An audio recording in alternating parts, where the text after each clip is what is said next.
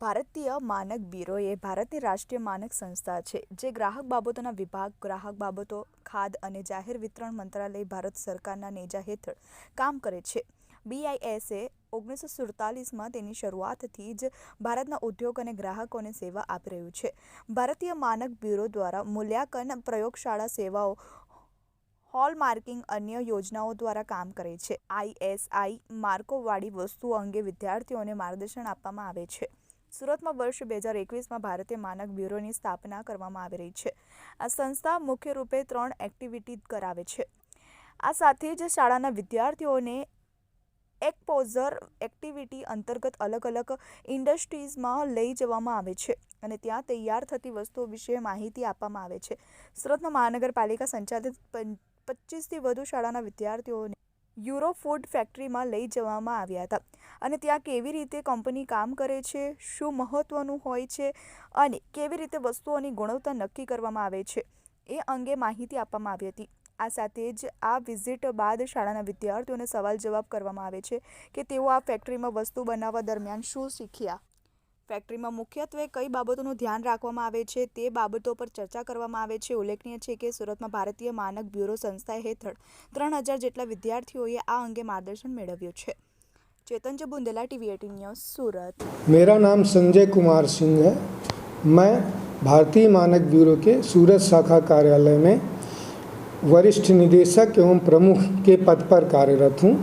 सूरत शाखा कार्यालय हमारे इस साउथ गुजरात के 12 जिलों, जिनमें कि 2 की यूनियन टेरिटरी दादरा नगर हवेली और 2 महाराष्ट्र के धुले एवं नंदुरबार ज़िले भी आते हैं, में अलग अलग तरह के कार्यक्रम आयोजित करता है। यहाँ से जो भी विद्यालय हैं उनके लिए हम स्टैंडर्ड क्लब उनमें बनाते हैं। साथ में कुछ कॉलेजेस, साइंस कॉलेज और इंजीनियरिंग कॉलेजेस में भी हमने स्टैंडर्ड क्लब बनाए हुए हैं। स्टैंडर्ड क्लब के जो विद्यार्थी होते हैं उनको औद्योगिक उत्पादन के बारे में जानकारी देने के लिए, स्टैंडर्ड्स के बारे में जानकारी देने के लिए और क्वालिटी के बारे में जानकारी देने के लिए हम औद्योगिक विजिट कराते हैं, जिसको एक्सपोजर विजिट बोलते हैं।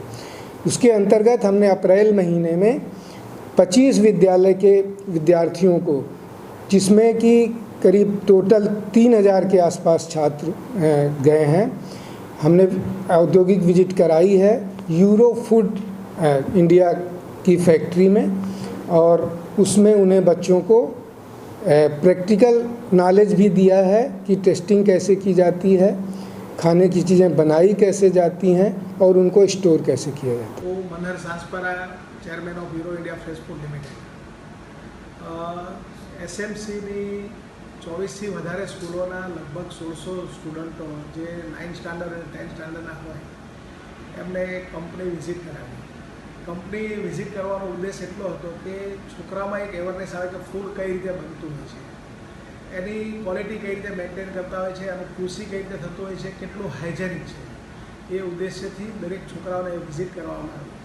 ખાલી વિઝિટ કરાવી એવું નહીં, વિઝિટ કરાવ્યા પછી એક એક્ઝામ લેતા હોય ને એ સ્વરૂપે એમની પાસે ક્વેશ્ચન આન્સર પણ કરવા હોય. તમે આ ઇન્ડસ્ટ્રીઝમાંથી શું શીખ્યા અને શું જોયું, આ ઇન્ડસ્ટ્રીઝમાં શું એવું છે કે તમે એનાથી પ્રભાવિત થયા, એનું પણ એ લોકો પાસે કેટલું જ્ઞાન લીધું કે ખાલી જોઈને નીકળ્યા છે કે એને અંદર સુધી એ લોકોએ એનું આચરણ કર્યું છે, એ પણ અમે લોકોએ ચકાસ્યું.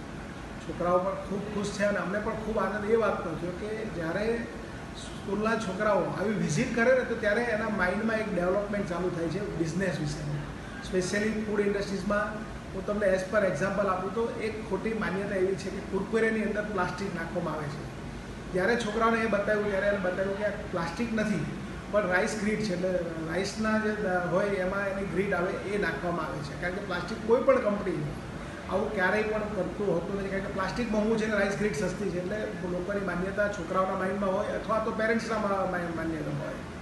આખી વિઝિટ કરાવ્યા પછી છોકરાઓને અહીંયા તો અમે પાણી, જ્યુસો, ચિપ્સો ખાવા માટે આપતા, પણ સાથે પણ અમે એક ગિફ્ટ હેમ્પર તરીકે એ લોકોને પ્રોડક્ટ આપી કે જેથી કરીને ઘરે પણ લોકો ટેસ્ટ કરાવે કેટલી ફેક્ટરી હાઇજેન છે, કઈ રીતે એના પેરામીટર એના મેન્ટેન કરવામાં આવે છે, આ બધું જ એમને નોલેજ આપવામાં આવ્યું છે ને એનાથી છોકરાઓ પણ ખૂબ ખુશ પણ થયા છે ને એક ઇમ્પ્રેશન પણ એને માઇન્ડમાં એવું બેસે છે કે ના ક્વોલિટીવાળું ફૂડ પણ આપણને સારી ફેક્ટરીમાંથી મળી જતું હોય છે.